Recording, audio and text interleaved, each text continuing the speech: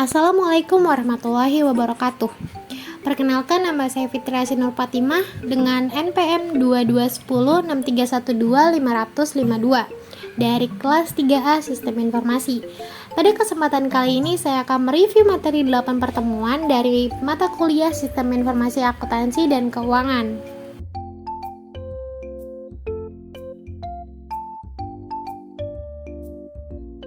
Isi dari review materi, yang pertama, pertemuan 1, pendahuluan, pertemuan 2, Fiat dan Tax, pertemuan 3, sistem pembayaran elektronik, pertemuan 4, P2P lending dan crowdfunding, pertemuan 6, sistem investasi, dan yang terakhir yaitu pertemuan 7, sistem transfer uang.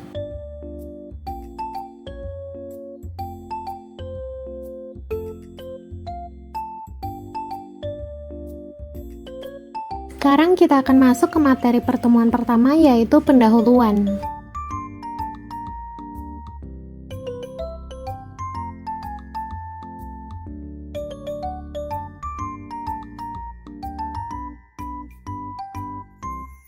Topik yang pertama yaitu tahap evolusi World Wide Web. Yang pertama ada Web 1.0. 1.0 dirancang untuk membantu orang menemukan informasi dengan lebih baik. Versi web yang dibagikan ini didedikasikan untuk pengguna yang mencari data. Versi web ini terkadang disebut web hanya baca karena tidak memiliki bentuk, visual, kontrol, dan interaktivitas yang kita nikmati di internet saat ini. Orang-orang menggunakan istilah Web 1.0 untuk menggambarkan bentuk paling awal dari internet. Pengguna melihat contoh pertama dari jaringan global yang mengisyaratkan potensi komunikasi digital dan berbagi informasi di masa depan. Fungsinya, Web 1.0 berfungsi sebagai CDN atau jaringan pengiriman konten yang memungkinkan sebagian situs web ditampilkan di situs web. Hasilnya dapat digunakan sebagai situs pribadi. Pengguna akan dikenakan biaya berdasarkan setiap tampilan halaman. Itu terdiri dari direktori yang memungkinkan penggunanya mendapatkan kumpulan dari informasi tertentu.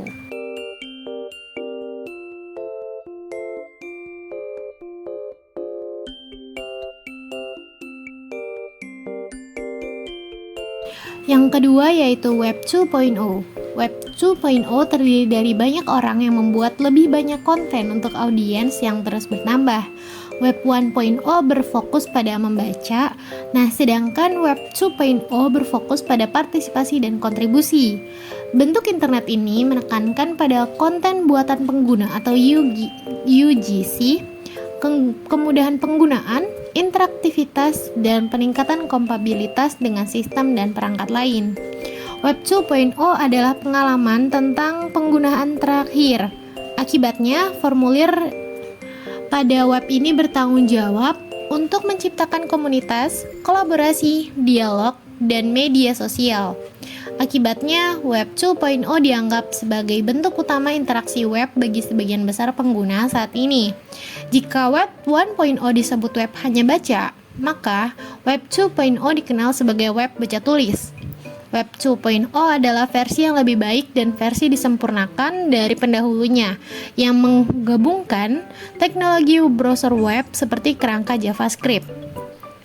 Web sosial terdiri dari berbagai platform dan alat. Orang-orang menyumbangkan pendapat, wawasan, pengalaman, dan pemikiran mereka di situs-situs ini. Dengan demikian, Web 2.0 cenderung lebih banyak berinteraksi dengan pengguna akhirnya. Pengguna akhir ini tidak hanya pengguna program, tetapi juga peserta atau pemirsa yang dihasilkan oleh podcast, penandaan, blogging, kurasi RSS, pemungutan suara konten web, media sosial, jejaring sosial, bookmark sosial, dan banyak lagi. Akses internet seluler dan muncul jejaring sosial telah memberikan kontribusi terhadap peningkatan dramatis dalam pertumbuhan Web 2.0. Ledakan ini juga dipicu oleh maraknya popularitas perangkat seluler seperti perangkat yang ditenagai Android dan iPhone. Selain itu, penumbuhan Web 2.0 memungkinkan aplikasi seperti TikTok, Twitter, dan YouTube memperluas dan mendominasi lanskap online.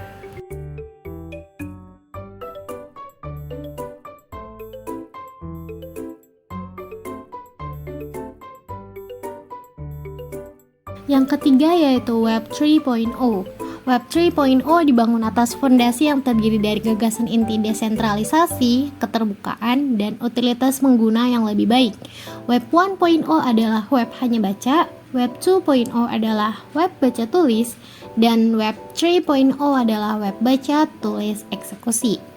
Tahap interaksi dan pemanfaatan web ini menjauhkan pengguna dari platform terpusat seperti Facebook, Google, atau Twitter dan menuju platform terdesentralisasi dan hampir anonim. Penemu World Wide Web, Tim Berners-Lee, awalnya menyebut Web 3.0 sebagai web semantik dan membayangkan internet yang cerdas, otonom, dan terbuka yang menggunakan kecerdasan buatan dan pembelajaran mesin untuk bertindak sebagai otak global dan memproses konten secara konseptual dan kontekstual. Web 3.0 merupakan variasi yang disempurnakan dari Web 1.0 asli dari tahun 1990-an dan awal 2000-an. Web 3.0 merupakan generasi penerus dari web masa kini yang kita kenal. Potensi yang dimiliki, yang pertama, ada kepemilikan data. Kita akan memiliki pilihan rincian apa yang ingin kita berikan kepada perusahaan dan biro iklan, dan kita akan dapat menghasilkan uang darinya. 2. Jumlah perantara lebih sedikit. Yang ketiga, transparansi. Setiap pemangku kepentingan akan selalu sadar akan nilai dan bisnis yang terhubung dengan mereka. Yang keempat, peningkatan koneksi data internet akan dimungkinkan melalui web semantik. Lalu, Web 3.0 dapat digunakan untuk metaverse, yaitu dunia virtual yang dirender 3D tanpa batas. Game blockchain, yaitu memungkinkan pengguna untuk memiliki kepemilikan sebenarnya atas sumber daya dalam game mengikuti prinsip NFT.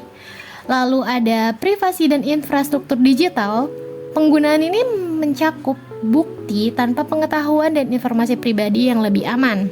Lalu ada keuangan desentralisasi. Penggunaan ini mencakup pembayaran blockchain, transaksi keuangan digital peer-to-peer, kontrak pintar, dan mata uang kripto. Yang terakhir itu ada organisasi otonom yang terdesentralisasi. Anggota komunitas memiliki komunitas online. Web 3.0 pada akhirnya memungkinkan pengguna berinteraksi, bertukar informasi, dan melakukan transaksi keuangan dengan aman tanpa otoritas atau koordinator terpusat. Hasilnya, setiap pengguna menjadi pemilik konten, bukan hanya pengguna konten.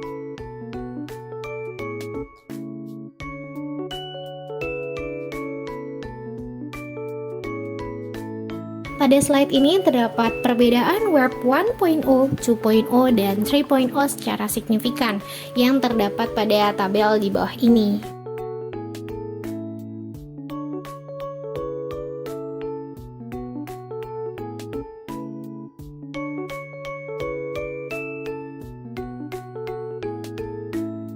Topik selanjutnya yaitu blockchain. Yang pertama ada teknologi blockchain. Apa itu teknologi blockchain? Teknologi blockchain adalah mekanisme basis data lanjutan yang memungkinkan berbagi informasi secara transparan dalam jaringan bisnis. Basis data blockchain menyimpan data dalam blok yang dihubungkan bersama dalam sebuah rantai. Data bersifat konsisten secara kronologis karena kita tidak dapat menghapus atau mengubah rantai tanpa konsensus dari jaringan. Mengapa blockchain penting? Teknologi basis data tradisional menghadirkan beberapa tantangan dalam pencatatan transaksi keuangan. Sebagai contoh, bisa dilihat dari kasus penjualan properti. Setelah uang dibayarkan, kepemilikan properti dialihkan ke pembeli. Secara individu, baik pembeli atau penjual dapat mencatat transaksi moneter, tapi tidak ada sumber yang dapat dipercaya. Nah, untuk menghindari potensi masalah hukum, pihak ketiga yang terpercaya harus mengawasi dan memvalidasi transaksi. Kehadiran otoritas pusat ini tidak hanya merumitkan transaksi, tetapi juga menciptakan satu titik kelemahan. Jika basis data pusat disusupi, kedua belah pihak akan dirugikan. Jadi, blockchain mengurangi masalah tersebut dengan menciptakan sistem yang terdesentralisasi dan anti rusak untuk mencatat transaksi. Dalam skenario transaksi properti, blockchain membuat buku besar, masing-masing satu untuk pembeli dan penjual. Semua transaksi harus disetujui oleh kedua belah pihak dan secara otomatis diperbarui di kedua buku besar secara waktu nyata. Setiap perubahan dalam transaksi historis akan merusak seluruh buku besar. Properti blockchain ini telah digunakan di berbagai sektor, termasuk pembuatan mata uang digital seperti Bitcoin. Lalu, ada penerapan blockchain di berbagai industri. Yang pertama ada energi.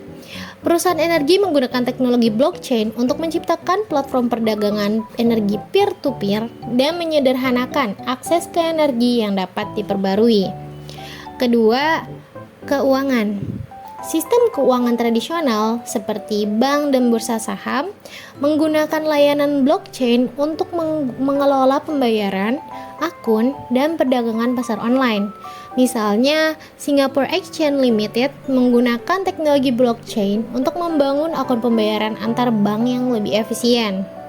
Yang ketiga ada media dan hiburan. Perusahaan di media dan hiburan menggunakan sistem blockchain untuk mengelola data hak cipta. Verifikasi hak cipta sangat penting untuk kompensasi yang adil bagi artis. Dibutuhkan beberapa transaksi untuk mencatat penjualan atau transfer konten hak cipta. Yang keempat ada retail. Perusahaan retail menggunakan blockchain untuk melacak pergerakan barang antara pemasok dan pembeli.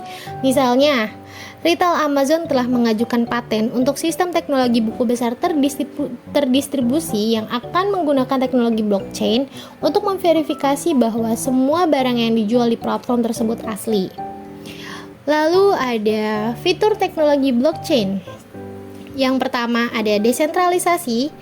Desentralisasi dalam blockchain mengacu pada kontrol, transfer, dan pengambilan keputusan dari entitas terpusat. Ada individu, organisasi, atau grup ke jaringan terdistribusi. Jaringan blockchain yang terdesentralisasi menggunakan transparansi untuk mengurangi kebutuhan akan kepercayaan di antara para peserta. Jaringan ini juga menghalangi peserta untuk tidak menggunakan otoritas atau kontrol satu sama lain dengan cara yang dapat menurunkan fungsionalitas jaringan. Yang kedua ada ketetapan. Ketetapan berarti sesuatu yang tidak dapat diubah atau ditukar. Tidak ada peserta yang dapat mengutak-atik transaksi setelah dicatat ke buku besar bersama. Jika pencatatan transaksi terdiri dari kesalahan, maka kita harus menambahkan transaksi baru untuk membalikan kesalahan tersebut, dan kedua transaksi tersebut dapat dilihat oleh jaringan. Yang ketiga ada konsensus. Sistem blockchain menerapkan aturan mengenai persetujuan peserta untuk mencatat transaksi. Kita dapat mencatat transaksi baru hanya jika mayoritas peserta dalam jaringan memberikan persetujuan mereka.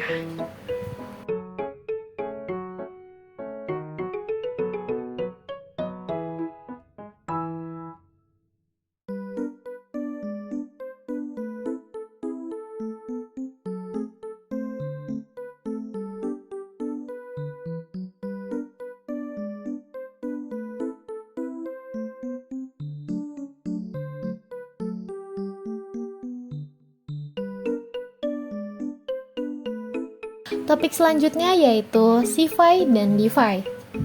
Yang pertama kita bahas CeFi-nya terlebih dahulu. Blockchain menjelaskan centralized finance sebagai struktur dan jasa keuangan yang memfasilitasi penggunanya lewat sistem yang tersentralisasi. Pengguna dapat meminjam atau meminjamkan kripto yang dimilikinya lewat central exchange. Nah, central exchange itu apa sih? Central Exchange adalah otoritas dalam CeFi yang mengelola dana kriptonya. Jadi, kita perlu menyetorkan data pribadi hingga asetnya kepada SEX dengan dasar kepercayaan.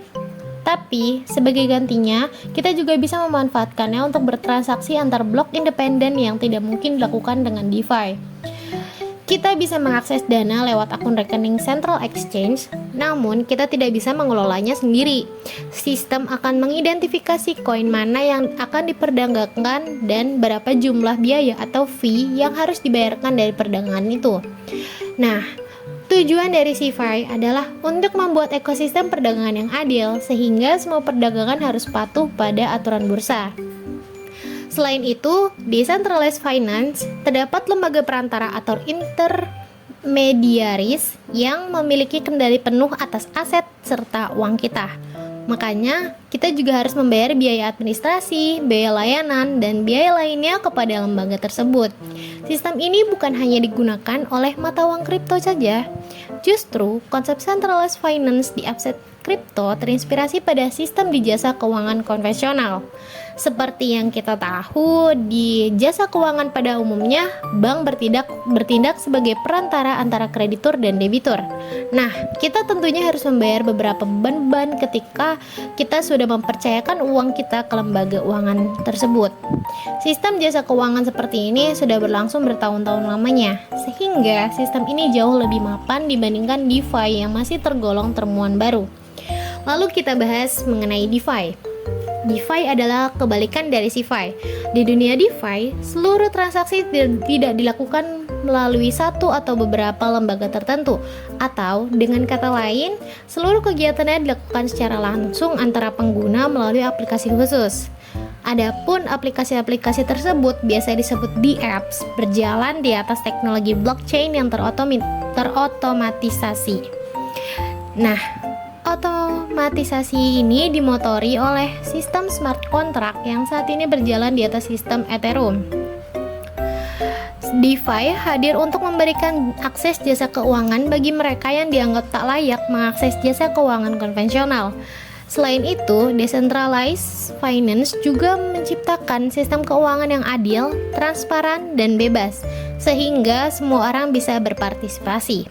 Akibat sifat tersebut, tak heran jika jasa yang ditawarkan DeFi pun beragam, mulai dari aktivitas simpan pinjam, yield farming, dan lain-lain. Lalu kita lihat CeFi versus DeFi. Nah, kita milih nih mau pilih CeFi atau DeFi. Intinya, perihal CeFi dan DeFi hanyalah masalah kepada siapa kita akan mempercayakan pengelolaan aset kriptonya. Apakah kita mau mempercayai aset kripto kita ke lembaga terpusat atau justru mempercayakannya ke teknologi smart contract? Perbedaan paling mendasar dari CeFi dan DeFi adalah kepada siapa kita penggunanya lebih mempercayakan pengelolaan aset kita. Jika CeFi masih digerakkan oleh otoritas manusia, sedangkan DeFi dijalankan oleh teknologi berupa protokol smart contract. Kemudian, masalah CeFi versus DeFi juga dikaitkan dengan kenyamanan kita dalam memilih ekosistem keuangan. Di satu sisi, CeFi adalah sistem yang sudah mapan yang sudah digunakan di kegiatan keuangan konservatif selama bertahun-tahun. Hanya saja, jumlah variasi jasa keuangannya pun terbatas. Tapi di sisi lain, DeFi menawarkan ekosistem yang terus berinovasi dengan cepat. Satu kapabilitas baru yang dikembangkan, DeFi dapat segera tergantikan dengan kapabilitas lain yang tengah dikembangkan. Bukan tidak mungkin di masa depan, transaksi antar blok independen dimungkinkan untuk dilakukan dengan protokol juga.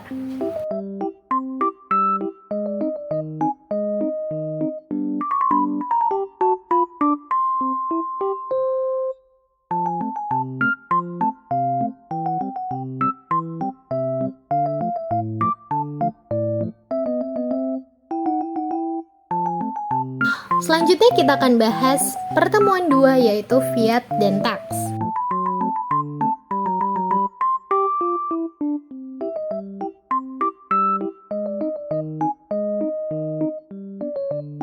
Topik yang pertama kita bahas yaitu sejarah evolusi uang. Sampai saat ini, uang masih menjadi alat tukar utama untuk bertransaksi jual beli. Meskipun begitu, keberadaan uang sebagai alat tukar seperti sekarang punya sejarahnya tersendiri loh. Yang pertama, masa sebelum sistem barter. Sebelum sistem barter berlaku, manusia masih memenuhi kebutuhannya sendiri dan bergantung pada alam. Pada masa ini, manusia masih belum menjadi makhluk sosial, sehingga tidak membutuhkan bantuan orang lain untuk memenuhi kebutuhannya. Semua kebutuhan mereka dipenuhi sendiri, karena saat itu manusia berperan sebagai produsen dan konsumen sekaligus. Yang kedua, masa sistem barter. Seiring berjalannya waktu, manusia akhirnya menyadari bahwa mereka adalah makhluk sosial yang saling membutuhkan satu sama lain. Manusia pada saat itu akhirnya menyadari bahwa barang-barang yang mereka produksi tidak cukup untuk memenuhi kebutuhan. Alhasil, mereka berinteraksi satu sama lain untuk saling bertukar, baik barang dengan barang maupun barang dengan jasa. Pertukaran barang dan jasa antar manusia ini kita kenal dengan istilah barter.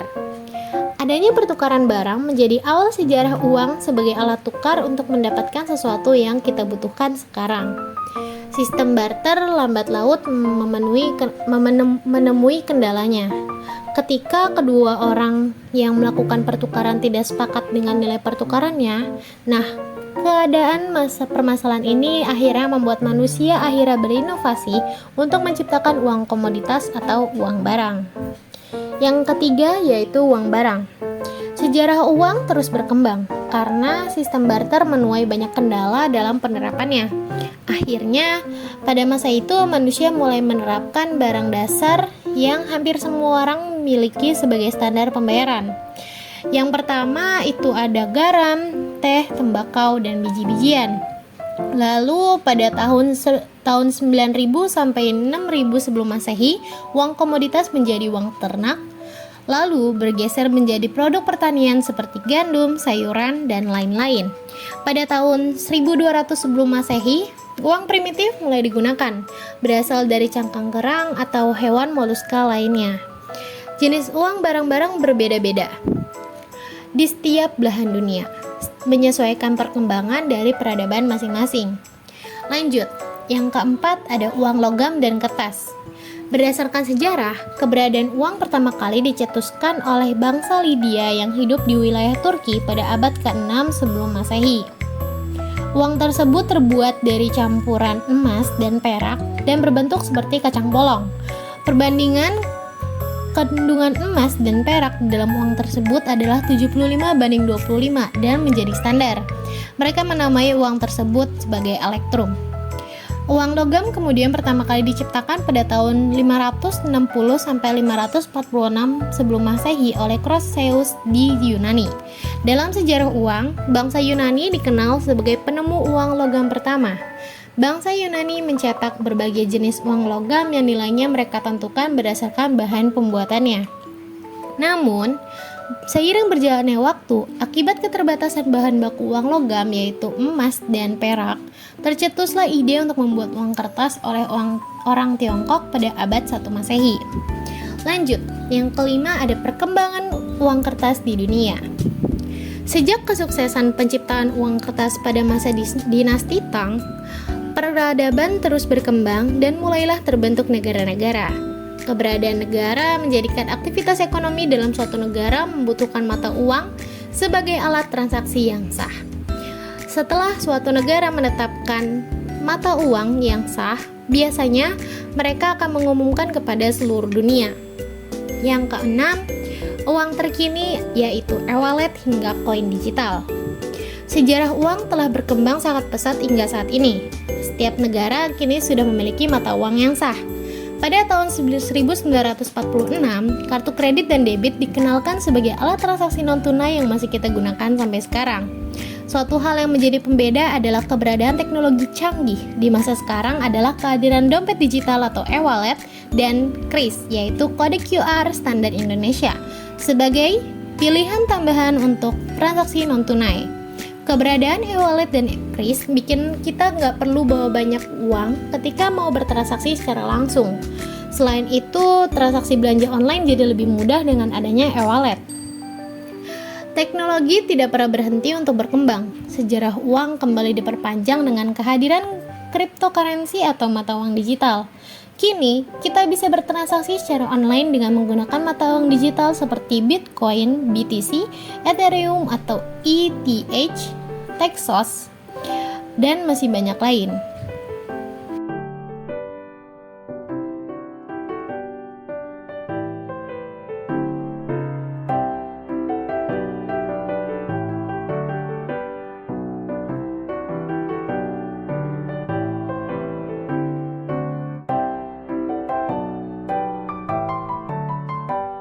Topik selanjutnya yaitu alur perpajakan.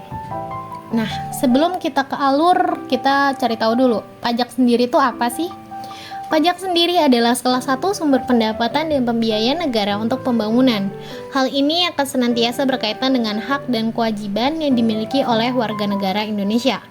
Nah, alur perpajakan sendiri adalah urutan dari pelaksanaan kewajiban pajak yang perlu dilakukan oleh wajib pajak dalam upaya pemenuhan kewajiban pajaknya, sehingga proses pembayaran pajak tidak bisa dilakukan sembarangan. Seorang wajib pajak perlu mengetahui urutan pelaksanaan pembayaran pajaknya terlebih dahulu, sehingga nanti wajib pajak bisa menunaikan kewajiban pajak dengan tepat sesuai aturan yang berlaku. Meskipun dikenal dengan sistem perpajakan self-assessment, namun secara umum Indonesia memiliki 3 teknik pemungutan pajak yang perlu diketahui oleh wajib pajak. Berikut ini adalah informasi tentang 3 jenis pemungutan pajak tersebut, yaitu 1. Sistem self-assessment. Di sini, wajib pajak diberikan kepercayaan untuk melakukan perhitungan, pembayaran, dan pelaporan pajak sendiri. Meskipun demikian, seluruh proses pemenuhan kewajiban pajaknya tetap harus disesuaikan dengan ketentuan pajak yang berlaku. Selain itu, DJP juga membuat surat ketetapan bagi wajib pajak yang terbukti belum melunasi pajak terutang selama pemeriksaan pajak. Dalam hal ini, surat ketetapan pajak tersebut akan diterbitkan bagi wajib pajak yang akan dengan peringatan untuk menyampaikan SPT periode tertentu. Selain itu, pengembalian pajak nantinya pasti akan memicu pemeriksaan pajak. Hal berbeda yang akan terjadi jika memang pemerintahan restitusi dari wajib pajak yang sebelumnya sudah memenuhi syarat. Hal ini karena untuk memutuskan permintaan restitusi setidaknya DJB membutuhkan waktu hingga dengan 12 bulan. Yang kedua, official assessment. Sistem berikutnya adalah official assessment yang merupakan sistem penilaian formal. Hal ini dilakukan untuk jenis pendapatan dalam negeri di mana pihaknya akan diberikan tanggung jawab untuk melakukan perhitungan dan penilaian atas form pajak penghasilan. Sehingga prosesnya sendiri akan berbeda dibandingkan dengan sistem sebelumnya. Hal ini biasanya ditetapkan untuk jenis pajak PBB, pemilik properti ataupun pemilik usaha. Sehingga wajib pajak hanya perlu melakukan pembayaran sesuai dengan SPPT. Untuk sistem jenis ini, nantinya nominal pembayaran pajak akan diberikan oleh petugas, sehingga wajib pajak tidak diharuskan untuk aktif dalam perhitungan besaran pajaknya. Yang ketiga yaitu withholding system. Yang terakhir adalah withholding system yang diberlakukan untuk proses pemungutan pajak penghasilan dari majikan untuk karyawan. Hal ini berarti majikan atau pemilik perusahaan sebagai pemungut pajak dan langsung diserahkan kepada pemerintah. Sehingga yang menjadi dasar dalam sistem ini adalah adanya pajak yang sudah dihitung dan dibayarkan. Sedangkan bagi majikan atau pemilik perusahaan sendiri memiliki kedudukan sebagai pihak ketiga yang bertugas memungut dan menghitung pajak karyawannya.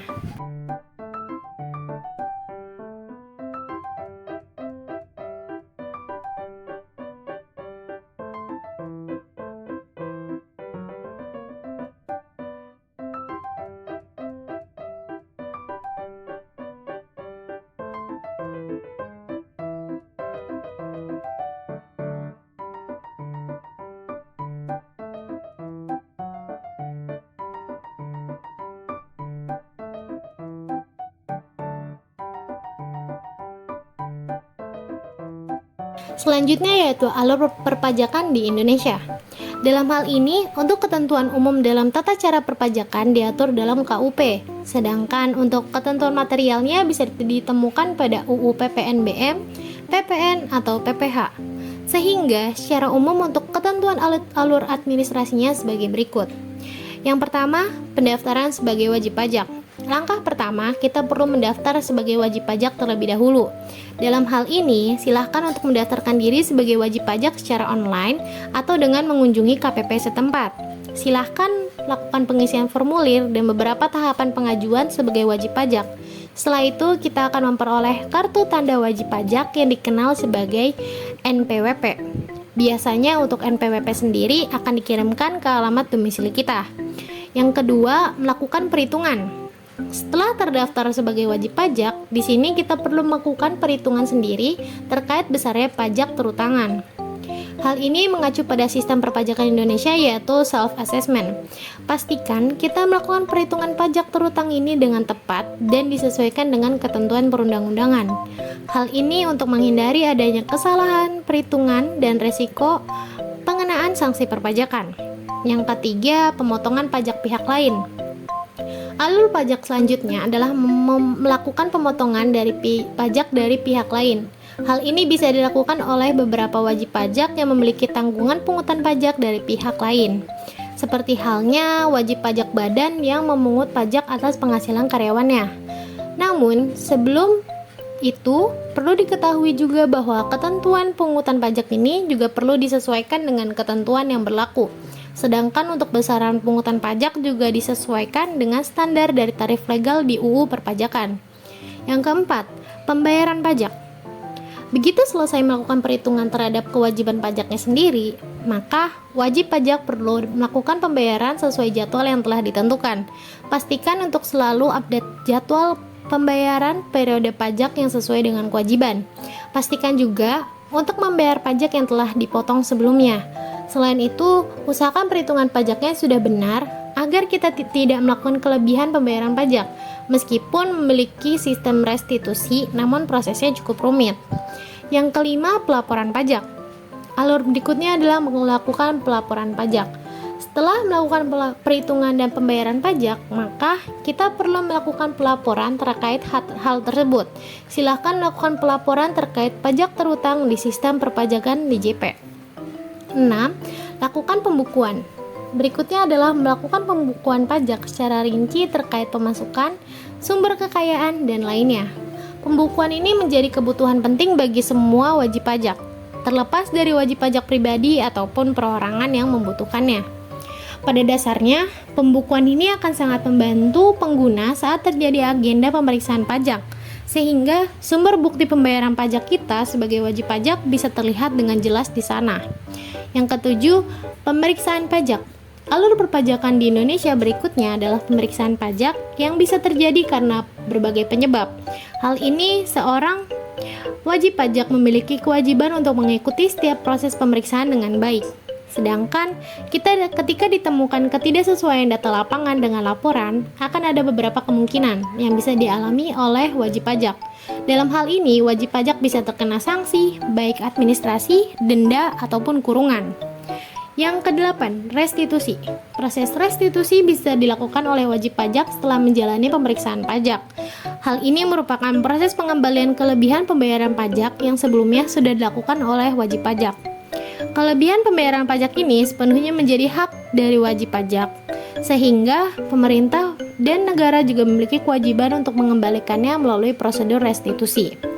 9. Pengajuan pembetulan ketetapan. Langkah berikutnya dalam alur perpajakan di Indonesia adalah wajib pajak bisa melakukan pengajuan terkait dengan pembetulan ketetapan pajaknya.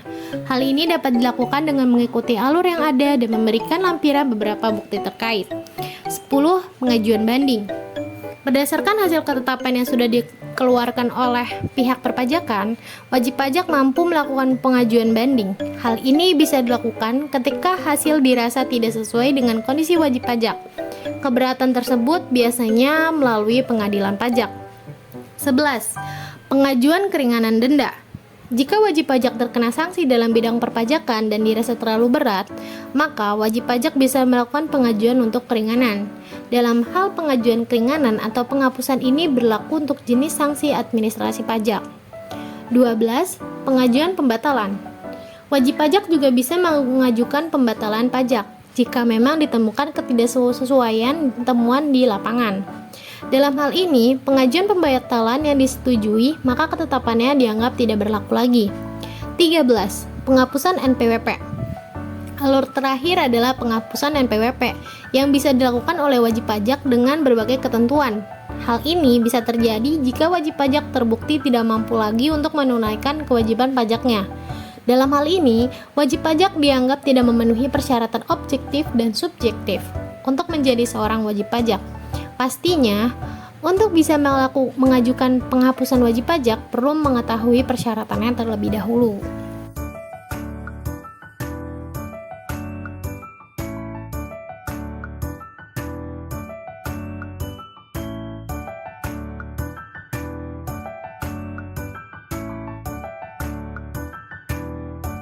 Materi selanjutnya pada pertemuan 3 yaitu sistem pembayaran elektronik.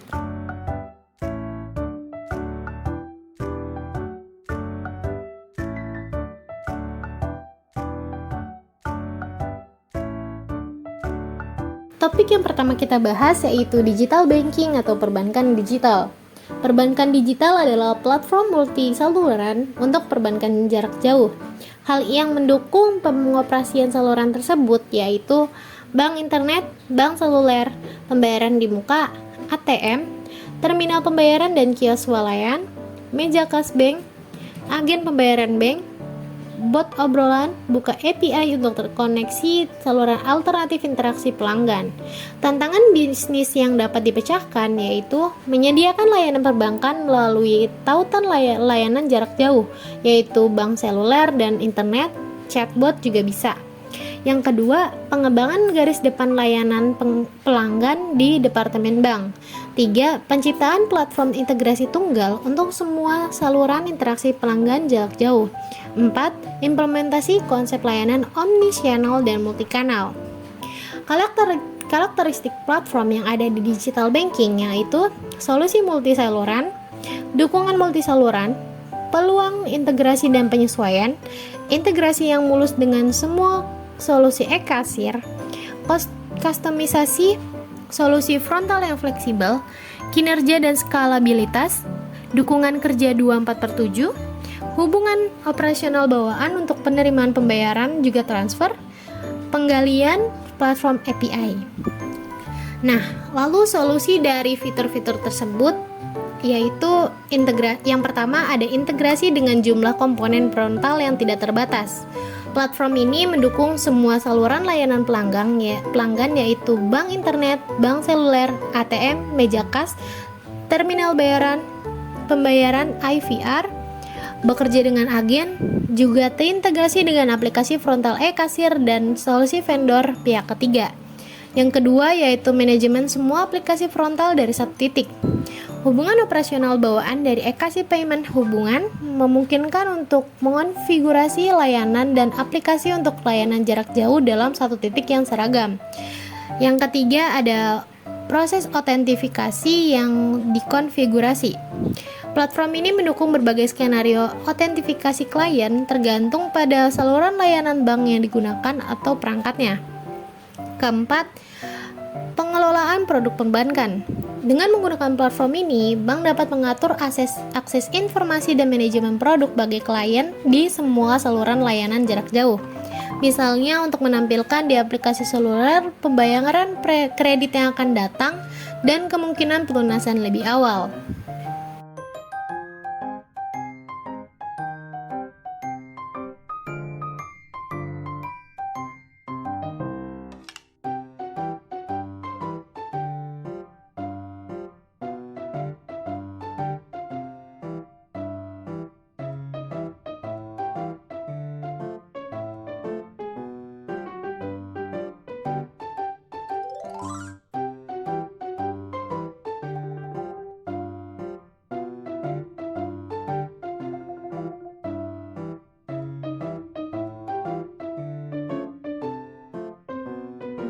Topik selanjutnya yaitu mobile payment.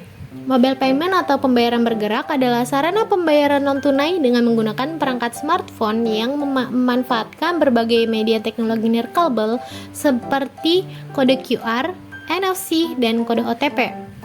Pembayaran bergerak merupakan mode alternatif dari sistem pembayaran tradisional menggunakan tunai, cek, atau kartu kredit sebagai media pembayarannya. Dalam kalimat yang lebih sederhana, mobile payment adalah metode pembayaran non-tunai dengan menggunakan perangkat smartphone. Perkembangan mobile payment di Indonesia. Yang pertama, pembayaran melalui provider. Tren pembayaran bergerak di Indonesia dimulai dengan teknologi USSD atau Unstructured Supplementary Service Data yang dipelopori oleh perusahaan provider besar. Teknologi ini memperkenalkan sistem pembayaran dengan mengetik kode awal angka dengan tanda bintang dan diakhiri dengan tanda pagar pada ponsel, lalu dikirim dengan tombol berlogo telepon warna hijau. Teknologi pembayaran ini umumnya digunakan untuk mentransfer pulsa ke nomor lain, membayar tagihan, mengirim uang, dan sebagainya. Yang kedua ada pembayaran dengan kartu chip. Tidak hanya meliris kartu debit dan kartu kredit, bank-bank di Indonesia juga merilis kartu berisi chip yang diperuntukkan untuk pembayaran transaksi harian. Kartu dengan chip ini umumnya disebut sebagai e-money atau uang elektronik. Untuk dapat menggunakan kartu ini sebagai alat pembayaran, pengguna perlu mentransfer sejumlah uang melalui rekening banknya ke dalam kartu tersebut atau biasa disebut dengan top up. Yang ketiga ada sistem pembayaran dompet digital. Beberapa bank dan perusahaan teknologi mulai merilis metode pembayaran non-tunai yang mana sistem tersebut juga dapat digunakan untuk menyimpan uang. Metode ini dikenal dengan e-wallet atau dompet digital. Dengan sistem aplikasi ini, pengguna dapat menyimpan dan mengelola uang miliknya serta menggunakannya untuk pembayaran transaksi online maupun offline. Yang keempat, ada pembayaran dengan scan QR code. Metode ini menjadi alternatif yang praktis sebagai pengganti pada proses pembayaran yang mengharuskan untuk memasukkan data kartu kredit secara manual. Pembayaran dengan kode QR juga diyakini dapat mencegah pencurian data kartu oleh penjual. Mobile payment dengan QR code dapat berjalan dengan salah satu cara berikut. Ada pemindaian QR code pada kasir dengan aplikasi pembayaran di smartphone. Yang kedua, ada pemindaian QR code di layar smartphone customer oleh pelaku usaha. Yang ketiga, ada pembayaran aplikasi ke aplikasi. Lalu kita bisa melihat jenis-jenis mobile payment. Yang pertama ada mobile wallet. Sistem pembayaran mobile wallet memiliki alur proses yang mudah dipahami. Pengguna hanya perlu membuka aplikasi mobile wallet pada smartphone untuk melakukan kegiatan keuangan apapun, seperti membayar tagihan, berbelanja, transfer uang, hingga cek dan top up saldo. Yang kedua ada point of sale atau POS. Sistem pembayaran ini berlaku pada pihak penjual untuk mempermudah pembeli dalam penyelesaian transaksi. Pembeli hanya perlu menghadapkan smartphone pada card reader atau menekan tombol tertentu untuk membayar. Yang ketiga ada closed loop mobile payment. Pada sistem ini, pembeli atau customer dapat menempatkan sejumlah uang pada akun pengeluaran yang dihubungkan pada perangkat pembayaran, seperti gift card yang dirilis oleh suatu perusahaan. Jadi, jenis pembayaran ini memberikan konsumen keleluasan untuk mengelola akunnya sendiri secara online melalui aplikasi di smartphone. Yang keempat ada carrier payment. Sederhananya, carrier payment selayaknya pembayaran dengan menggunakan pulsa prabayar atau pulsa pasca bayar. Pulsa atau saldo akan terpotong secara otomatis untuk pembayaran yang dilakukan secara berulang atau recurring, dan provider akan memberikan notifikasi bahwa saldo telah terpotong untuk pembayaran tersebut. Yang terakhir ada mobile payment apps. Sistem ini memiliki kemiripan dengan POS, yang mana cara kerjanya adalah mendekatkan smartphone pada NFC reader atau pembeli meletakkan sidik jari pada alat pemindai untuk melakukan pembayaran.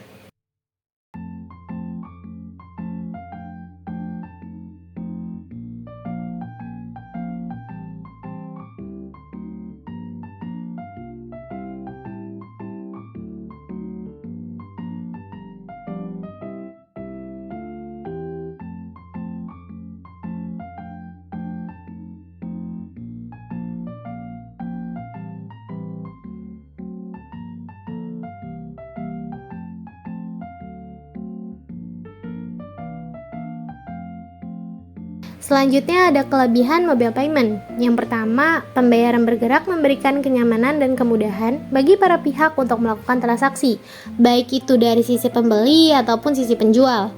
Yang kedua, pembeli tidak perlu lagi membawa sejumlah uang tunai dan beragam kartu dalam dompet atau tasnya, karena pembayaran kini dapat dilakukan hanya dengan aplikasi di smartphone. Yang ketiga, sistem pembayaran mobile payment terjamin aman sehingga meminimalisir risiko terjadinya kecurangan maupun pencurian data. Namun, juga terdapat kekurangan dari mobile payment.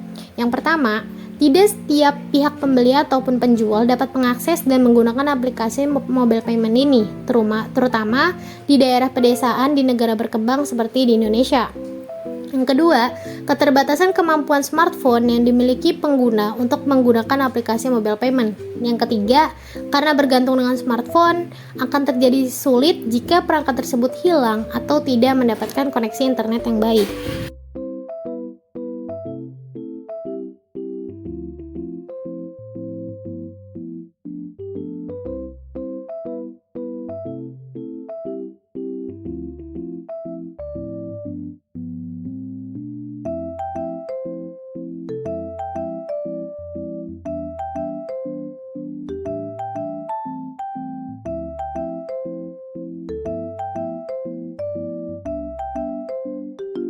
Materi selanjutnya pada pertemuan 4 yaitu peer-to-peer lending dan crowdfunding.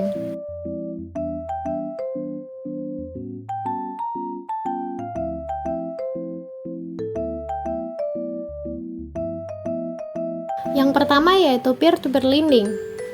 Apa sih itu? Menurut peraturan OJK nomor 77/POJK.01/2016, vintage lending atau peer-to-peer atau P2P lending adalah pelayanan pinjam-meminjam uang dalam mata uang rupiah secara langsung antara kreditur atau lender, pemberi pinjaman, dan debitur atau borrower, penerima pinjaman berbasis teknologi informasi. Vintage lending juga disebut sebagai layanan pinjam-meminjam uang berbasis teknologi informasi. Vintage P2P lending membuat platform online yang menyediakan fasilitas bagi pemilik dana untuk memberikan pinjaman secara langsung kepada debitur dengan return lebih tinggi. Sedangkan peminjam dana bisa mengajukan kredit secara langsung kepada pemilik dana dengan syarat yang lebih mudah dan proses yang lebih cepat dibandingkan ke lembaga keuangan konvensional. Investasi di P2P lending ini memberikan janji return cukup tinggi per tahunnya. Namun, berinvestasi harus sesuai dengan profil serta risk appetite kita dan bagaimana cara pengelolaannya. Karena itu, langkah paling awal dalam proses investasi di P2P lending adalah memahami resikonya. Jangan sampai kita menginvestasikan dana tanpa tahu tingkat dan jenis resiko yang dihadapi. Update yang telah dilakukan OJK atau Otoritas Jasa Keuangan sampai saat ini yaitu update pada tanggal 9 Oktober 2023. Sampai dengan 9 Oktober 2023, total jumlah penyelenggara vintage peer-to-peer atau vintage lending yang berizin di Otoritas Jasa Keuangan adalah sebanyak 101 perusahaan. OJK menghimbau masyarakat untuk selalu menggunakan jasa penyelenggara vintage lending yang sudah berizin dari OJK. Lalu kita lihat cara kerja P2P lending. Ada registrasi keanggotaan. Pengguna atau lender dan borrower melakukan registrasi secara online melalui komputer atau smartphone. Yang kedua, borrower melakukan pengajuan pinjaman. Yang ketiga, platform P2P lending menganalisa dan memilih borrower layak untuk mengajukan pinjaman, termasuk menetapkan tingkat risiko borrower tersebut. Yang keempat, borrower terpilih akan ditempatkan oleh platform P2P lending dalam marketplace P2P lending secara online, beserta dengan informasi komprehensif tentang profil dan risiko borrower tersebut. Yang kelima, investor P2P lending melakukan analisa dan seleksi atas borrower yang tercantum dalam marketplace P2P lending yang disediakan oleh platform. Yang keenam, investor P2P lending melakukan pendanaan ke borrower yang dipilih melalui platform P2P lending. Yang ketujuh, borrower mengembalikan pinjaman sesuai jadwal pengembalian pinjaman ke platform P2P lending. Yang ketujuh, investor P2P lending menerima dana pengembalian pinjaman dari borrower melalui platform. Nah, bagi peminjam, manfaat dari P2P lending adalah proses pengajuan pinjaman yang lebih cepat dan mudah serta tidak perlu ada jaminan. Namun, perlu diingat juga bahwa meminjam di P2P lending juga ada risikonya, yaitu suku bunga pinjaman yang cukup tinggi dan denda yang harus dibayarkan ketika kita telah telat membayar. Jadi, pastikan meminjam sesuai kebutuhan dan kemampuan bayar. Lalu bagi pemberi pinjaman pada P2P lending, mereka dapat dengan mudah menyebarluaskan investasi mereka, meningkatkan peluang untuk mendapatkan keuntungan. Namun, setelah pemberi pinjaman mengalokasikan dana mereka tidak dapat menariknya kembali kapan saja, dan ada kemungkinan bahwa peminjam tidak akan dapat mengembalikan pinjaman, sehingga ada risiko gagal bayar. Oleh karena itu, diversifikasi sangat penting agar pemberi pinjaman tidak hanya menginvestasikan dana pada satu peminjam, tetapi juga ada beberapa peminjam lainnya untuk mengurangi risiko. Terlebih lagi, platform P2P lending memberikan informasi mengenai tingkat risiko atau risk grade sehingga pemberi pinjaman dapat melakukan pertimbangan dengan lebih baik sebelum melakukan pinjaman.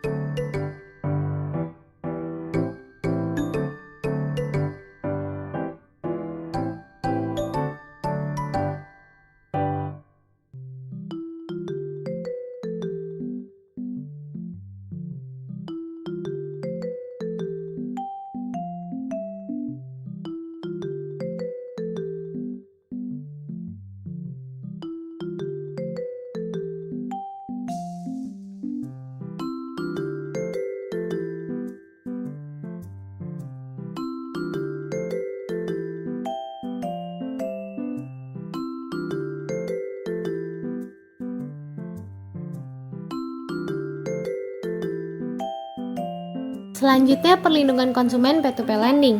Kehadiran P2P lending yang dipasarkan oleh fintech berperan penting mempercepat tercapainya inklusi keuangan. Peran fintech menjadi semakin penting di masa pandemi karena adanya implementasi kebijakan pembatasan sosial dan desakan kebutuhan dana dari kelompok masyarakat yang terkena dampak pandemi. Walaupun demikian, perkembangan P2P lending diwarnai banyak kontroversi. Menanggapi tuntutan masyarakat, Otoritas Jasa Keuangan atau OJK melarang akses ke data yang dilandalkan oleh banyak penyedia layanan P2P lending untuk mengembangkan model penilaian kredit alternatif mereka. Dalam upaya menutup kesenjangan antara peraturan perundang-undangan dan perilaku pasar yang sebenarnya, Asosiasi Industri Fintech, Asosiasi Fintech Pendanaan Indonesia atau AFPI telah mengambil peran co-regulation atau pengaturan bersama dengan Otoritas Jasa Keuangan. Untuk turut memperkuat perlindungan konsumen P2P lending, CIPS merekomendasikan beberapa hal antara lain: 1. Fintech diizinkan mengakses data seluler milik konsumen. Tapi, di saat yang bersamaan, pemerintah juga perlu memperbaiki framework atau kerangka kerja terkait izin akses saat mengumpulkan dan menggunakan data konsumen. 2. Pemerintah perlu mempertimbangkan ulang larangan total mengakses data seluler karena menghambat upaya inklusi keuangan. OJK dapat fokus pada pemberian kerangka persetujuan atau konsen yang jelas untuk akses data pribadi. Di tingkat yang lebih teknis, OJK bersama AFPI juga dapat mengeluarkan pedoman tentang cara pengumpulan dan menggunakan data pribadi orang-orang di luar peminjam, biasanya yang terdaftar sebagai kontak darurat. Yang ketiga, pedoman yang lebih jelas bagi konsumen tentang bagaimana dan kemana mengajukan pengaduan untuk setiap jenis masalah terkait tentang transaksi P2P lending. Pedoman ini sangat diperlukan konsumen yang tidak mengetahui jenis pelanggaran apa yang harus diajukan ke OJK atau penagihan utang secara agresif, legalitas pemberi pinjaman atau ke polisi dalam kasus ancaman, penganiayaan atau pelecehan. Mereka juga kurang mengetahui daftar bukti dan dokumen yang akan diterima OJK atau polisi. Apalagi konsumen tersebut bukan peminjam sendiri, melainkan hanya kebetulan ada di daftar kontak peminjam.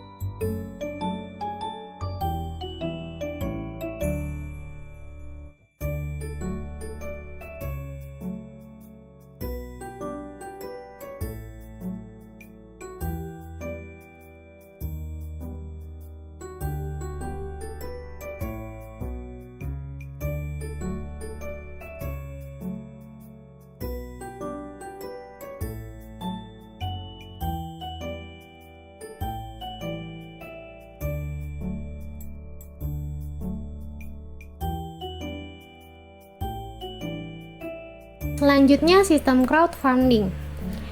Sistem crowdfunding sendiri adalah teknik pendanaan untuk proyek atau unit usaha yang melibatkan masyarakat secara luas. Konsep crowdfunding pertama kali dicetuskan di Amerika Serikat pada tahun 2003 dengan diluncurkannya sebuah situs bernama Arteashare. Dalam situs tersebut, para musisi berusaha mencari dana dari para penggemarnya agar bisa memproduksi sebuah karya. Hal ini menginisiasi munculnya situs-situs crowdfunding lainnya seperti Kickstarter yang berkecimpung di pendanaan industri kreatif pada tahun 2009 dan GoFundMe yang mengelola pendanaan berbagai acara dan bisnis pada tahun 2010. Dalam praktiknya terdapat 3 pelaku utama. Antara lain, yang pertama ada penerbit, merupakan badan hukum Indonesia berbentuk perseroan terbatas yang menawarkan saham melalui penyelenggara.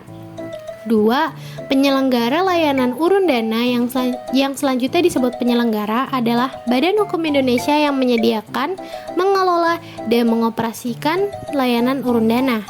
Yang ketiga, pemodal adalah pihak yang melakukan pembelian saham penerbit melalui penyelenggara. Jenis-jenis sistem crowdfunding.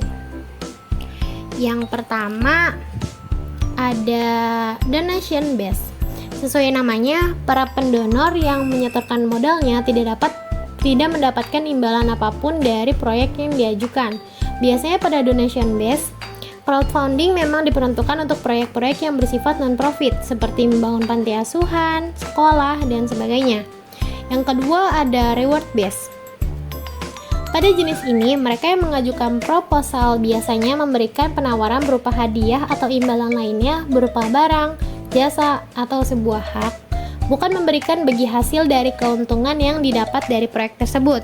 Crowdfunding jenis ini biasanya diperuntukkan untuk proyek dari industri kreatif seperti games, di mana para donatur yang mendanai proyek tersebut akan diberikan fitur-fitur menarik dari games tersebut.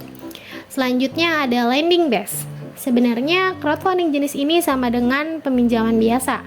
Para calon debitur akan mengajukan proposalnya dan para donatur atau kreditur akan menyetorkan modal yang dianggap sebagai pinjaman dengan imbal balik berupa bunga. Yang terakhir ada equity based. Konsepnya sama seperti saham, di mana uang yang disetorkan akan menjadi ekuitas atau bagian kepemilikan atas perusahaan dengan imbalan dividen.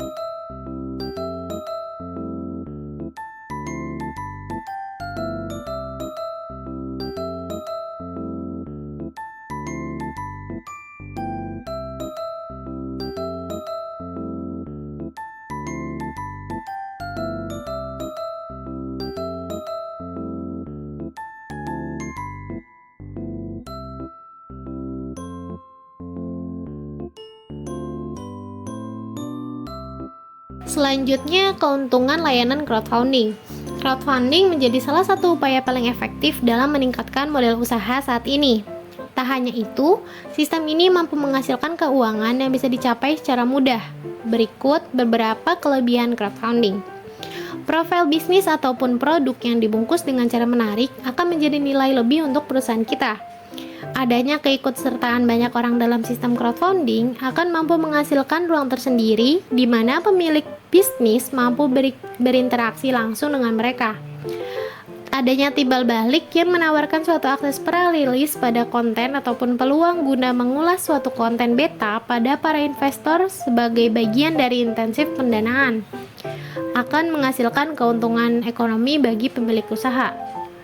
Selain keuntungan, juga pasti ada resiko dari layanan crowdfunding. Selain keunggulan di atas, crowdfunding juga mempunyai beberapa resiko, hambatan, kekurangan, serta ketidakpastian informasi yang tinggi, baik itu untuk pemilik usaha atau para investor. Berikut ini adalah beberapa kelemahan crowdfunding. Yang pertama, reputasi pemilik bisnis bisa terancam. Tidak semua bisnis bisa berhasil, termasuk bila didanai oleh crowdfunding. Jika mengalami kegagalan, bisa jadi akan berpotensi merusak reputasi serta citra pemilik bisnis, apalagi proyek ini sudah terlanjur didanai oleh banyak orang. Yang kedua, pencurian ide rentan terjadi. Tidak jarang, para pemilik bisnis dihadapkan pada suatu dilema.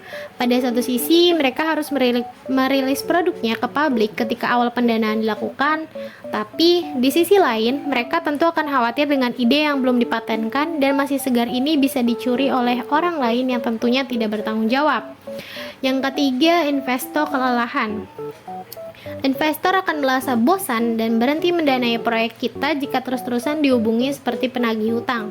Hal ini tidak hanya terjadi pada satu proyek saja, tetapi juga proyek lainnya yang menggunakan sistem urun dana. Yang terakhir yaitu resiko penyalahgunaan dana itu tinggi. Jika dilakukan dengan tanpa aturan yang mengikat antara investor dan pemilik bisnis, maka dana yang sudah terkumpul akan beresiko tidak digunakan sebagai yang sebelumnya sudah digambarkan. Alih-alih digunakan untuk bisnis, justru disalahgunakan untuk keperluan pribadi saja.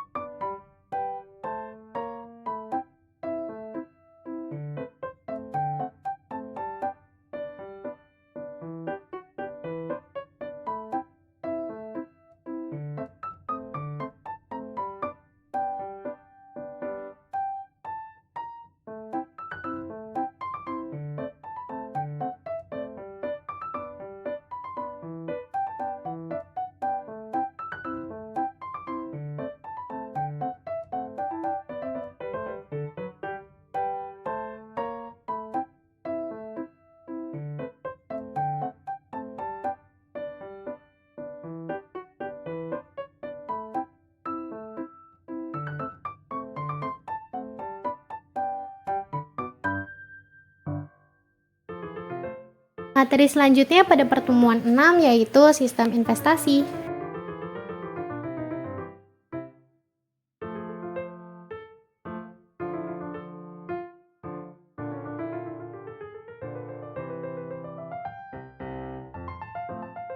Topik yang pertama dibahas yaitu investasi.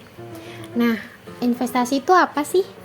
Investasi adalah aktivitas mengembangkan dana atau harta dengan cara menanamkan modal atau membeli suatu instrumen investasi. Modal yang telah ditanamkan itu akan menghasilkan seiring dengan bertumbuhan nilai instrumen investasi. Membutuhkan waktu lama dan hasilnya tidak bisa diambil selayaknya uang tabungan di bank. Namun, tentu keuntungan yang ditawarkan investasi jauh lebih besar dibandingkan keuntungan ke tabungan bank. Untuk itulah investasi disarankan bagi ahli finansial untuk dilakukan. Selanjutnya ada risk return trade-off. Konsep risk return trade-off ini adalah pertimbangan keputusan investasi di mana pertukaran antara risiko dan return. Risiko yang lebih tinggi dikaitkan dengan probabilitas pengembalian yang lebih tinggi dan risiko yang lebih rendah dengan probabilitas pengembalian yang lebih rendah. Dalam artian lain, harus ada pertambahan return sebagai kompensasi dari penambahan risiko yang akan ditanggung oleh kita sebagai investor atau dikenal dengan istilah high risk, high return. Konsep risk return trade-off ini bisa digambarkan bagaimana posisi produk investasi dalam menyuguhkan potensi risk dan returnnya. Coba perhatikan grafik di kanan bawah ini. Dari grafik tersebut bisa kita lihat bahwa setiap jenis investasi memiliki tingkat risiko tertentu yang sangat bervariasi. Misalnya, kalau kita memiliki risiko yang tinggi seperti saham, tapi kita bisa memiliki saham yang bagus, kita bisa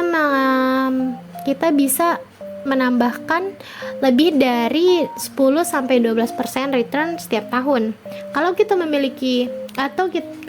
memilih risiko yang lebih rendah seperti deposito bank, imbal hasil tahunan umumnya hanya sekitar 6-7%. Contoh lainnya, di reksadana, investor tidak memerlukan modal yang banyak untuk bisa mendiversifikasi investasinya. Namun, di sisi lain ada resiko berkurangnya nilai unit penyertaan yang dipengaruhi oleh turunnya harga dari efek dalam portofolio reksadana tersebut. Untuk jadi investor yang savvy, kita harus paham konsep ini serta cara menghitungnya.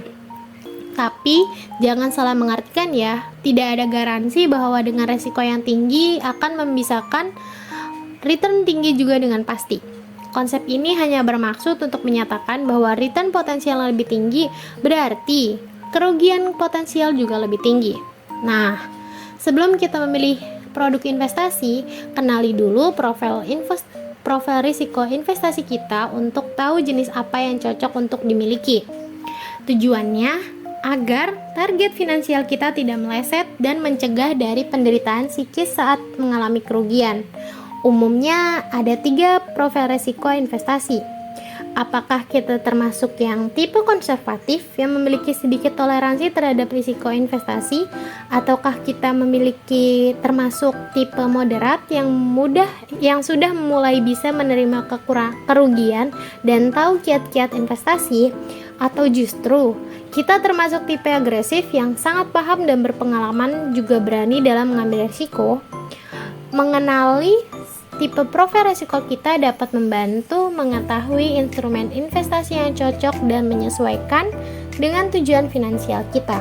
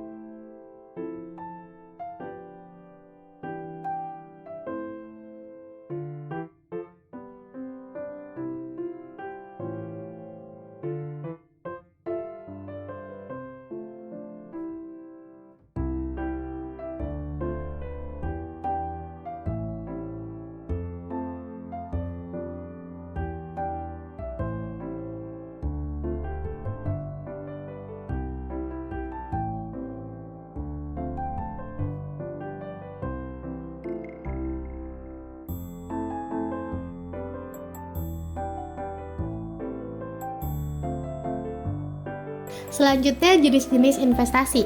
Ada banyak jenis investasi yang bisa kita gunakan. Umumnya ada 9. Yang pertama, investasi saham. Contoh investasi yang menguntungkan adalah saham. Saham merupakan surat berharga yang bisa ditawarkan secara publik oleh perusahaan kepada investor yang berminat membeli.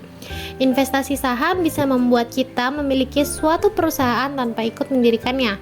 Kita pun akan memperoleh keuntungan dari nilai saham yang naik. Jenis keuntungannya ada 2, yaitu dividen yang biasanya dibagikan rutin ketika perusahaan meraih laba, dan capital gain yang berasal dari transaksi yang Anda lakukan pada saham. Yang kedua ada emas. Jenis investasi lainnya yang tidak kalah menguntungkan adalah investasi emas. Instrumen ini sejak dulu sudah menjadi benda mewah yang disimpan dan menjadi alat tukar. Kita bisa membeli dan menyimpannya sampai beberapa waktu. Ketika harganya naik, baru menjualnya untuk memperoleh keuntungan.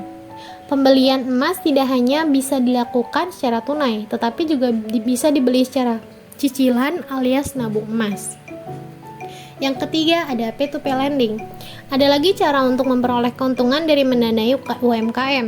Pendanaan itu dilakukan di P2P lending legal. Kenapa harus legal? Karena hanya fintech legal yang aman untuk menanamkan modal. Yang keempat ada deposito. Jenis investasi ini aman untuk investor pemula yang baru terjun ke dunia investasi.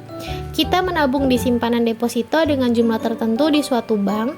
Bank pun akan memberikan kita keuntungan karena kita telah menyimpan uang. Namun, uang ini tidak bisa diambil leluasa selayaknya tabungan biasa. Kita perlu menunggu sampai masa tenornya habis, baru kita bisa mengambil uang dan memperoleh keuntungan yang diinginkan. Yang kelima ada obligasi retail. Obligasi retail merupakan jenis obligasi murah meriah yang dikeluarkan oleh pemerintah. Kita bisa memesannya dari 1 juta rupiah saja. Kita pun bisa meraih kupon atau bunga keuntungan minimal 4%, bahkan bisa lebih. Obligasi retail yang bisa kita pilih adalah ORI dan SBR yang punya jadwal khusus untuk penawarannya. Yang keenam ada reksadana. Jenis investasi lain yang boleh kita coba adalah reksadana.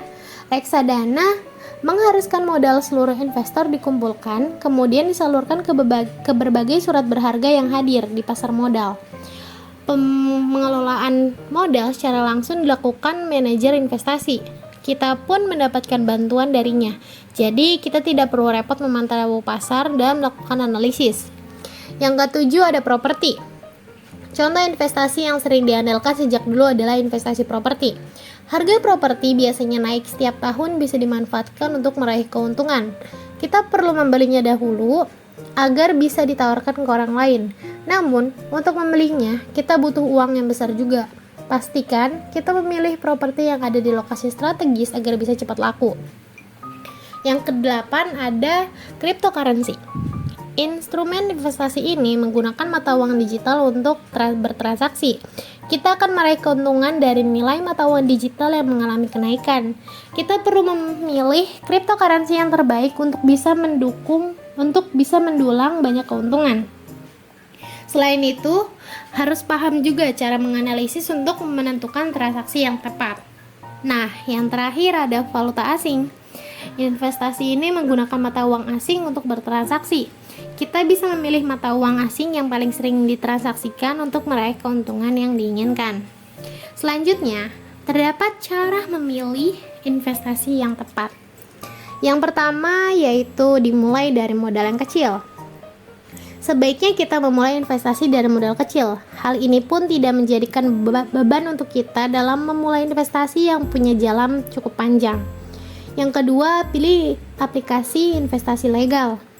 Sistem investasi terbaik disediakan oleh aplikasi legal.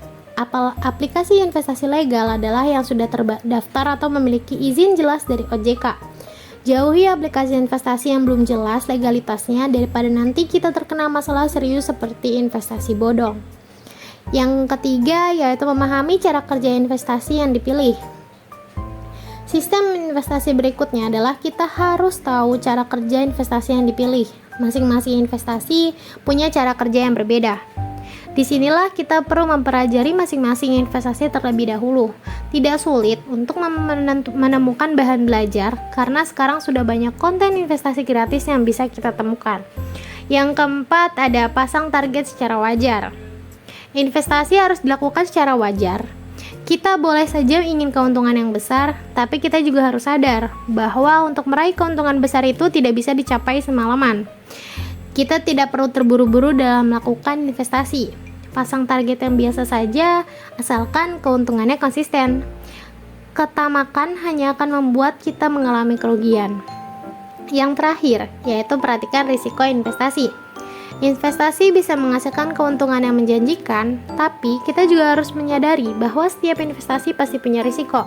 Namun bukan berarti risiko ini harus ditakuti. Kita perlu menyusun strategi yang tepat untuk menekan risiko itu agar tidak menimbulkan kerugian yang besar.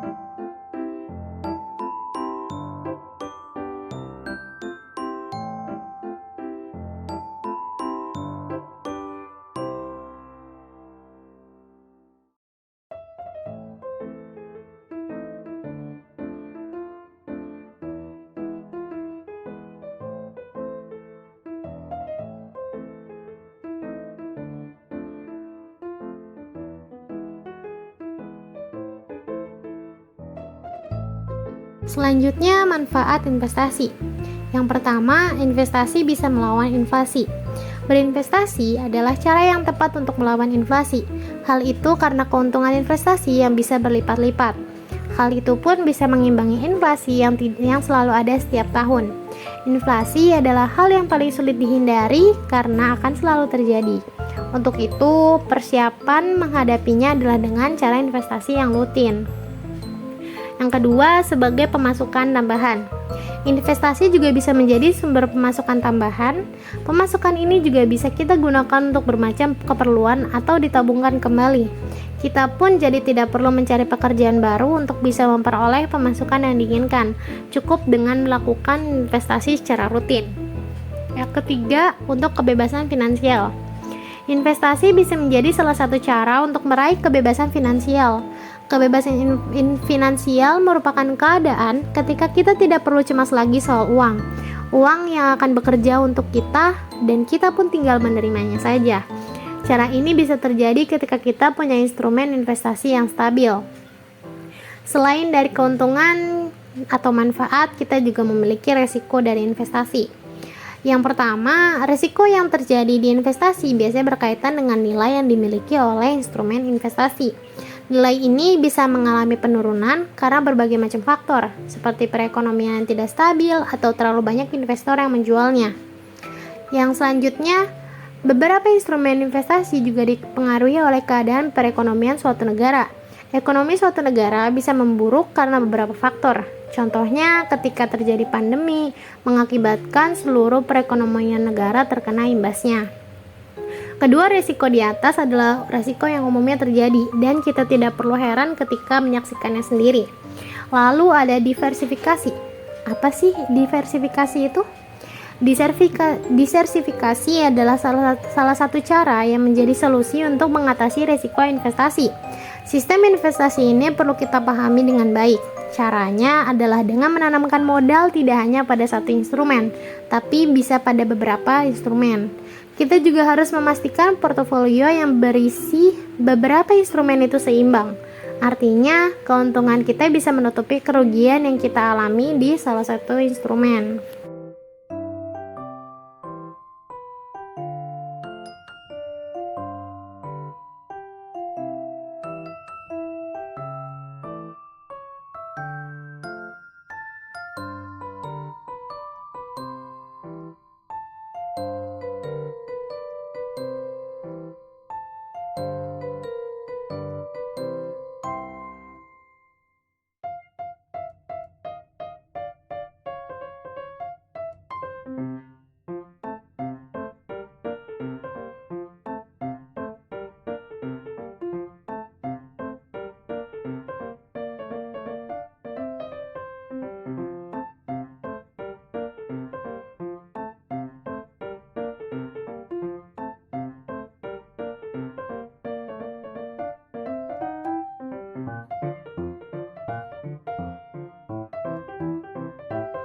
Materi selanjutnya pada pertemuan 7 yaitu sistem transfer uang.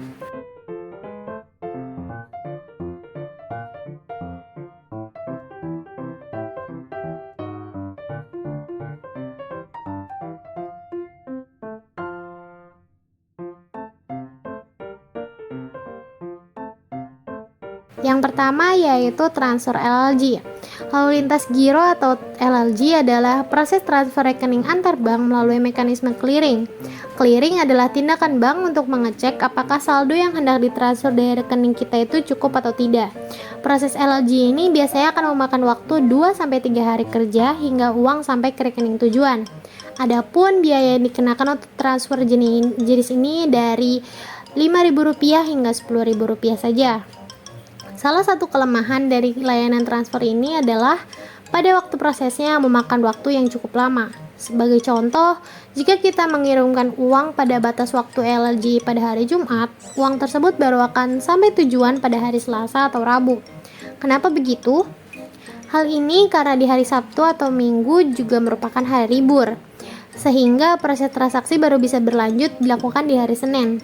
Waktu pengiriman akan lebih lama lagi jika di hari Senin merupakan tanggal merah. Alasan dibalik LLG membutuhkan waktu yang lama karena Uang yang kita transfer akan dikumpulkan terlebih dahulu di sistem Bank Indonesia. Setelah diproses oleh sistem, baru nantinya Bank Indonesia akan mendistribusikan uang kamu ke bank tujuan.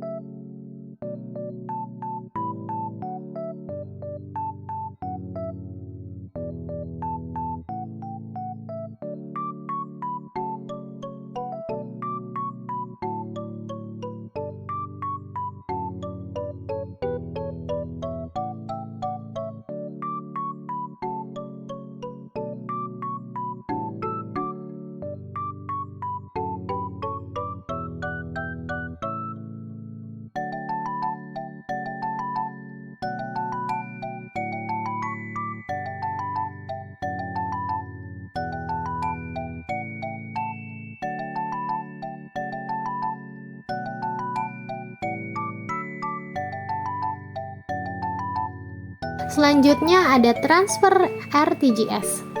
Real Time Gross Settlement atau RTGS adalah uang dari rekening kita yang akan dipindahkan ke rekening tujuan secara real time atau saat itu juga. Namun, real time yang dimaksud bukan berarti akan sampai pada saat itu juga. Sebaliknya, batas waktu RTGS adalah sekitar 4 jam. Selain itu, berbeda dengan LLG yang mempunyai proses settlement spesifik, jumlah minimal yang bisa ditransfer melalui skema RTGS adalah 100 juta rupiah. Dengan proses waktu transfer yang terbilang lebih cepat dari LLG, biaya yang harus kita keluarkan untuk fitur RTGS juga jauh lebih besar, yaitu 25.000 sampai 50.000 rupiah. Untuk metode transfer ini, jika kita mau melakukan transfer di atas pukul 3 sore, maka uang tersebut nantinya akan sampai di rekening tujuan keesokan harinya. Bukan hanya itu saja, apabila kita mentransfer pada akhir bulan seperti tanggal 31 atau 30, maka akan terjadi keterlambatan selama 1 hari kerja karena ada proses tutup buku terlebih dahulu.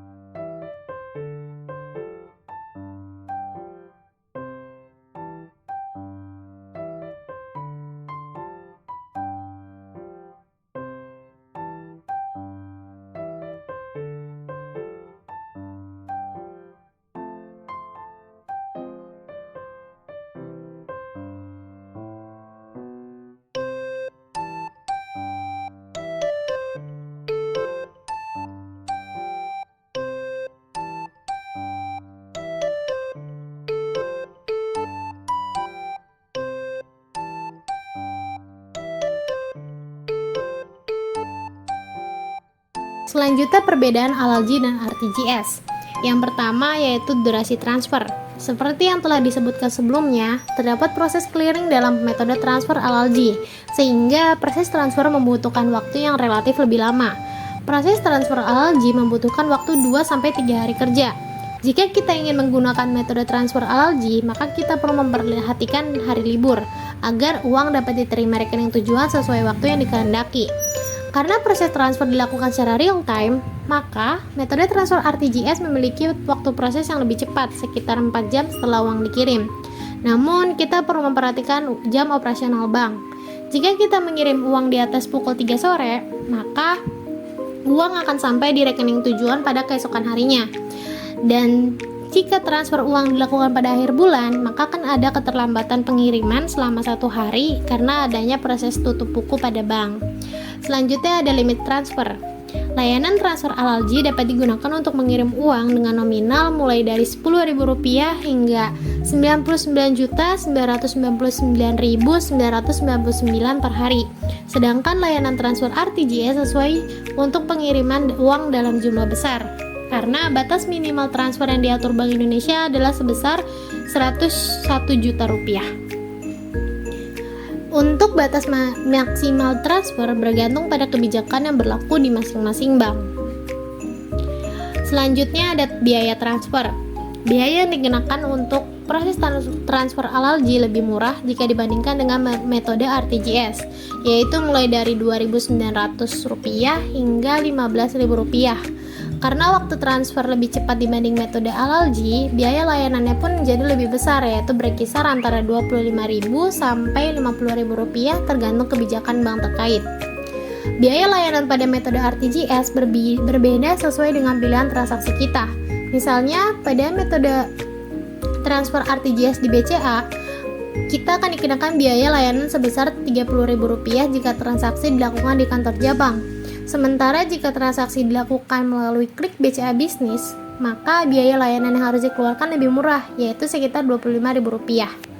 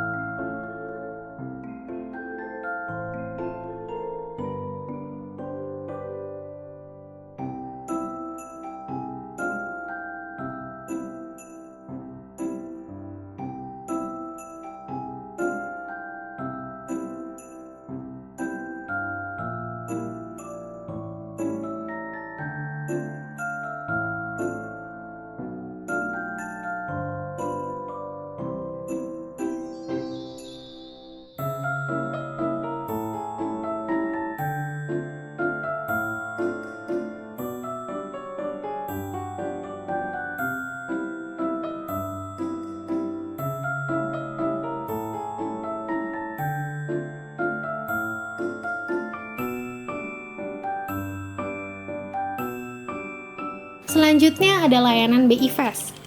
BI Fast adalah metode transfer uang yang menekankan kecepatan dan efisiensi. Dalam BI Fast, proses transfer uang yang dilakukan secara otomatis sehingga memungkinkan transfer uang dalam waktu yang sangat singkat. BI Fast biasanya membutuhkan biaya yang lebih rendah dibandingkan dengan metode transfer uang tradisional, namun verifikasi dan validasi transaksi tidak selalu dilakukan dengan ketat. Hal ini membuat BI Fast menjadi pilihan yang tepat untuk transfer uang dalam jumlah kecil dan transaksi yang membutuhkan waktu transfer yang cepat. Keunggulannya, ada kecepatan transfer yang tinggi. BI Fast memungkinkan transfer uang dalam hitungan detik sehingga sangat cocok untuk kebutuhan transfer uang yang mendesak atau darurat. Lalu ada biaya transfer yang lebih rendah. BI Fast memberikan biaya transfer yang relatif lebih rendah dibandingkan dengan layanan transfer uang lainnya, sehingga dapat menghemat biaya transfer bagi penggunanya. Lalu tidak ada batasan waktu. BI Fast dapat digunakan 24 jam sehari dan 7 hari seminggu, sehingga memudahkan penggunanya untuk melakukan transfer uang kapan saja dan di mana saja. Lalu tidak memerlukan registrasi. BI Fast tidak memerlukan registrasi atau pendaftaran khusus sebelum dapat digunakan, sehingga sangat mudah dan praktis digunakan oleh siapa saja. Lalu aman dan terpercaya. BI Fast menggunakan teknologi yang canggih dan sistem keamanan yang ketat untuk memastikan bahwa transfer uang dilakukan dengan aman dan terpercaya. Lalu dukungan dari Bank Indonesia.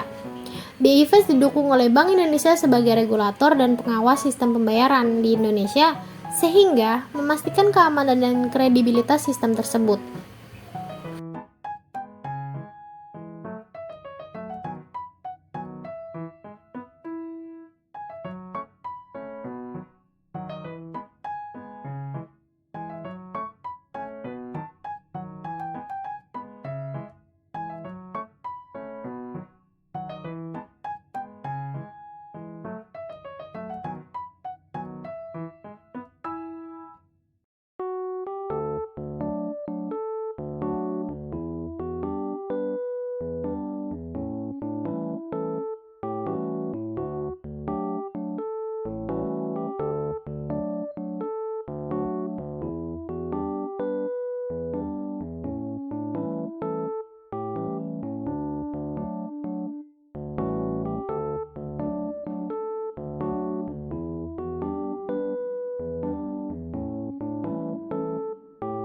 Selanjutnya, real-time online.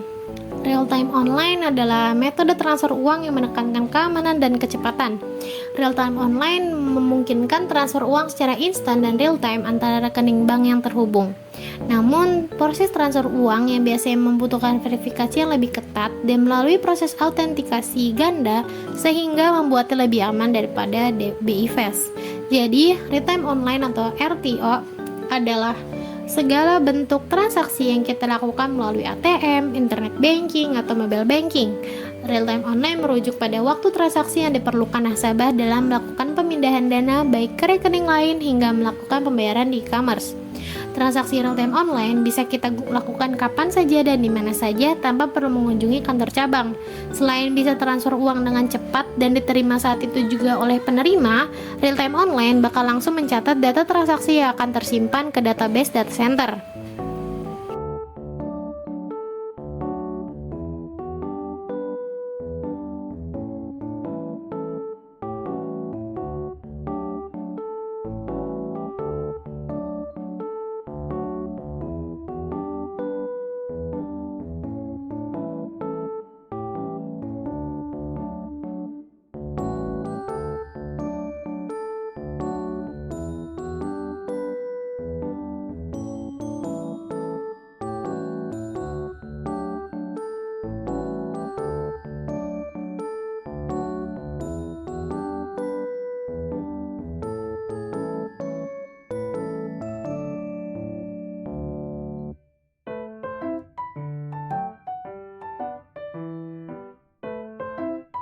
Selanjutnya, BI Fast versus real-time online.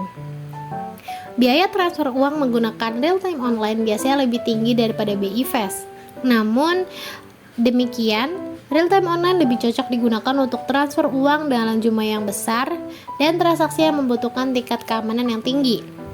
Dalam memilih antara BI Fast dan real-time online, masyarakat perlu mempertimbangkan kebutuhan mereka dan tujuan transfer uang yang akan dilakukan. Jika kecepatan dan biaya transfer menjadi faktor penting, BI Fast mungkin jadi pilihan yang tepat. Namun, jika keamanan transaksi menjadi faktor penting, maka real-time online dapat menjadi pilihan yang lebih baik. BI Fast dan real-time online adalah dua metode transfer uang yang populer di kalangan masyarakat. Keduanya memiliki perbedaan penting dalam hal kecepatan, biaya, dan keamanan. Masyarakat perlu mempertimbangkan kebutuhan sebelum memilih metode transfer uang yang tepat untuk digunakan.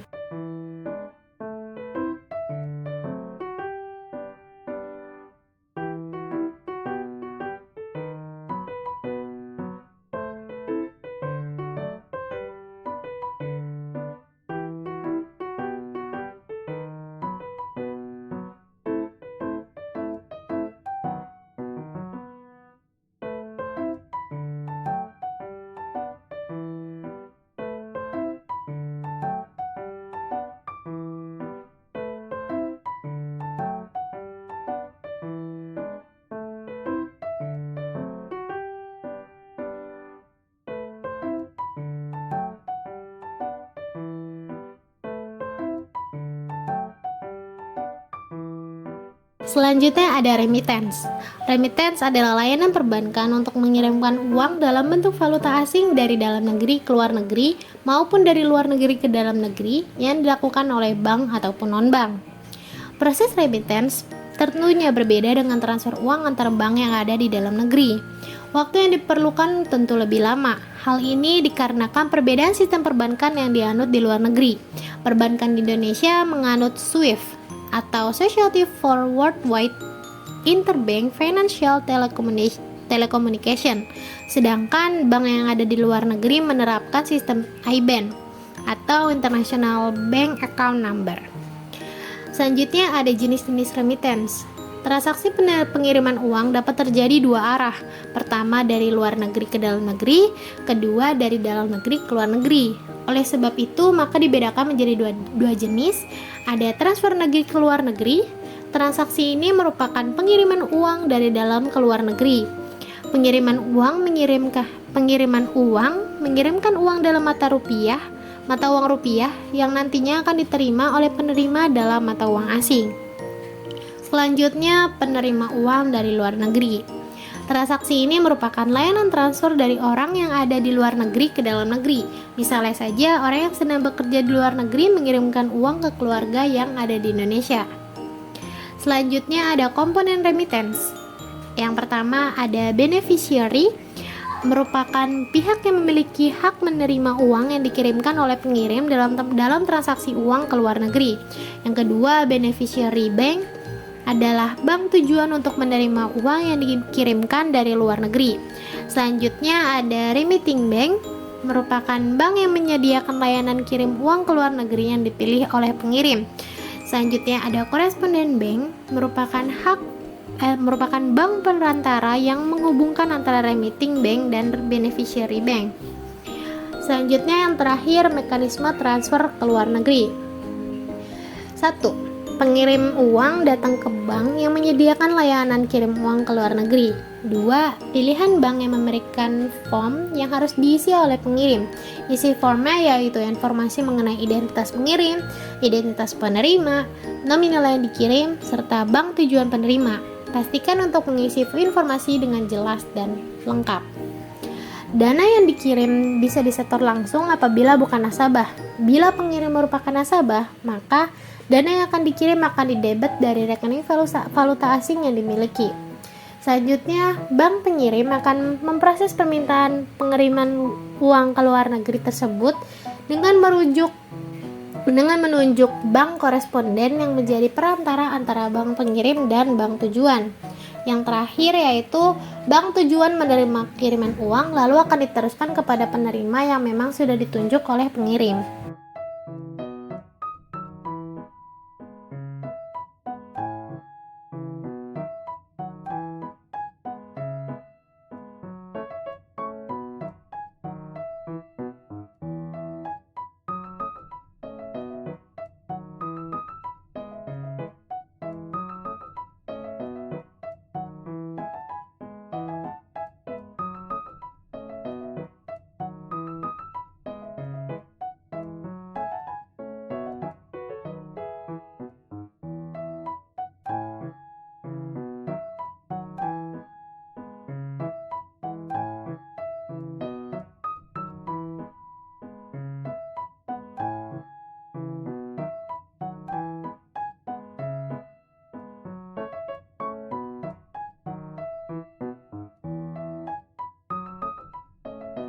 Kita sudah berada di ujung materi. Terima kasih atas perhatiannya dan semoga bermanfaat. Akhir kata, wassalamualaikum warahmatullahi wabarakatuh.